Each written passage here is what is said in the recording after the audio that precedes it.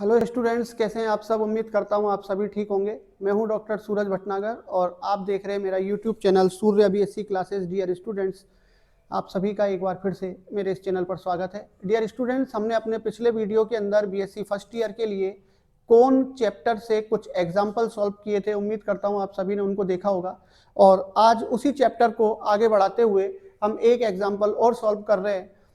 तो इस वीडियो को आप एंड तक बिना स्किप किए देखिए, सब कुछ समझ में आ जाएगा। और अगर चैनल को सब्सक्राइब नहीं किया है तो प्लीज़ चैनल को ज़रूर सब्सक्राइब कर लें, लाइक करें, शेयर करें। और अगर कोई स्टूडेंट्स आज मेरे इस चैनल पर पहली बार वीडियो देख रहा है तो इस वीडियो को एंड तक देखें और कुछ सीखने को मिले तो चैनल को ज़रूर सब्सक्राइब करके जाए। तो चलिए शुरू करते हैं अपना ये वीडियो। देखिए, यहाँ पर हमको दिया है सिद्ध करो कि रेखा x अपॉन एल बराबर वाई अपॉन एम बराबर जेड अपॉन एन, जहां L square minus 2m square plus 2n square equal to 0 इस शंकु की एक जनक रेखा है। ये हमको यहां पर सिद्ध करना है। यानी कि ये जो रेखा है, इस रेखा में जो ये एल, एम और एन है, ये दिक् अनुपात है। इन दिक् अनुपातों में एक रिलेशन दे रखा है, ये L square minus 2m square plus 3n square equal to 0। तो ये रेखा इस शंकु की एक जनक रेखा है। ये हमको यहाँ पर सिद्ध करना है। तो बिल्कुल आसान सवाल है और छोटा सा प्रश्न है। देखिए कि हमको जो रेखा दे रखी है x अपॉन एल बराबर y अपॉन एम बराबर z अपॉन एन, इसके बराबर में मान लीजिए हमने k मान लिया। k मानने से क्या होगा कि हम यहाँ से l, m और n की वैल्यू निकाल पाएंगे।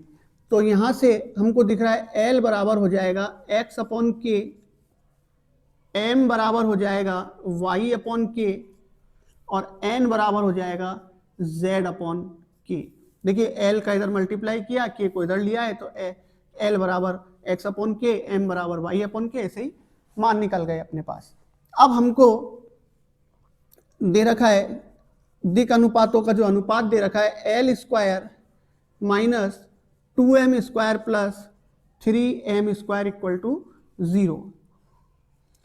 अब इसमें हम क्या करेंगे कि जो lmn की वैल्यू हमने निकाली है, उन lmn के मान को यहाँ पर रख देते हैं। देखिए l, m और n के मान रखने पर, तो इसके अंदर lmn के मान हम रख देते हैं। उससे क्या होगा, l की जगह पर आ जाएगा x अपॉन k का वर्ग माइनस का 2, y अपॉन के का वर्ग। यहाँ पर देखिए m की वैल्यू रख दी हमने, ये n है, यहाँ पर m की वैल्यू रख दी, प्लस 3 और n की जगह पर लिख देंगे z अपॉन के का वर्ग। ये हमने वैल्यू पुट कर दी। बिल्कुल आसान है। तीनों में से k स्क्वायर कॉमन ले लिया हमने, ये हमने 1 अपॉन के स्क्वायर कॉमन ले लिया, तो हमारे पास बच जाएगा x square minus 2y square plus 3z square equal to 0। और k स्क्वायर का क्रॉस मल्टीप्लाई करेंगे तो ये यहाँ पर से 0 में चला जाएगा।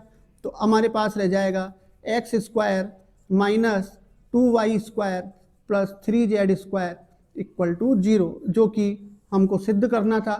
तो इससे ये सिद्ध हो गया कि जो सरल रेखा हमको दे रखी है वो इस शंकु की एक जनक रेखा है। तो बिल्कुल आसान सवाल है। उम्मीद करता हूँ सब समझ गए होंगे। चलिए फिर मिलते हैं नेक्स्ट वीडियो पर।